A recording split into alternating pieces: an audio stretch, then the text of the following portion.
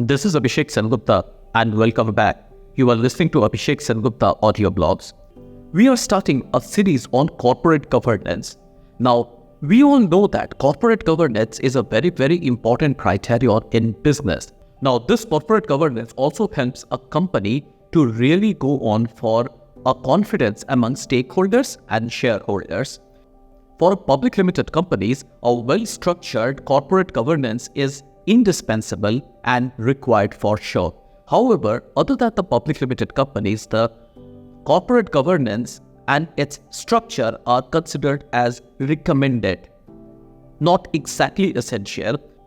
However, this rule varies from country to country as well as from industry to industry. It also depends on the structure of the organization and the scale of the business. This might seem like a very, very complicated stuff, but in fact it is not. So right from inception of a company, irrespective of the scale of the company, whether the company is a big company or a small company, corporate governance can always be implemented, it can always be drafted, and it can always be taken into practice. Now, first thing first, let us understand what is corporate governance. The corporate governance describes the process, the structure, and the mechanisms that influence the control and the direction of businesses and corporations. The Cadbury Report in 1992 identifies the corporate governance as a system by which the companies or businesses are directed and controlled. Now, this is even referred as a structural definition of corporate governance. The next comes the relational and the structural view, which was developed by the Organization for Economic Cooperation and Development, or OECD. It says the corporate governance is a set of relationship between companies, management and its boards, its stakeholders, both internal and external, and the shareholders. It further defines the relationship between one stakeholder or one shareholder with other shareholder or stakeholder.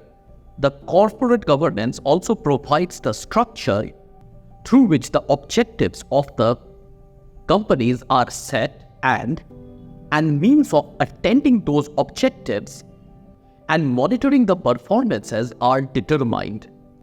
Corporate governance in the most easy terms can be defined as an act of directing, controlling, and evaluating a company or business or a corporation. Now, in other words, this is a set of guidelines or at times bylaws by which a company directs and controls the corporate structures with the intention of monitoring the actions of management, directors, and stakeholders, preventing the misdeeds of officials and stakeholders. Now, many a times it gets confused with management. However, I must say the corporate governance and the management are two different functionaries. There is a fine line of difference between the both. Corporate governance is totally different from the management. The governance do not have personal control over and are not the part of the object governed. This might seem like a bit complicated in nature, but it is not. Let me explain this with an example. The CIO of a company do not govern the IT functions of the business or the company. Rather, he or she is personally accountable for its function. In other words, he manages the IT function but do not govern it. On the other hand, board of directors of the company create policies which assist in the governing activities. The CIO follows it and executes the policies. So here, the board of directors governs and CIO manages and executes. So this is the basic difference between the management and the governance. That's all for today. If you got value from this episode, I request you to like, share, and subscribe. To my Apple Podcast listeners, I request for a review. I want an honest review how my podcast is helping you and enhancing your life. I'll be back with many such episodes. Till then, stay tuned, stay connected, and have a great day.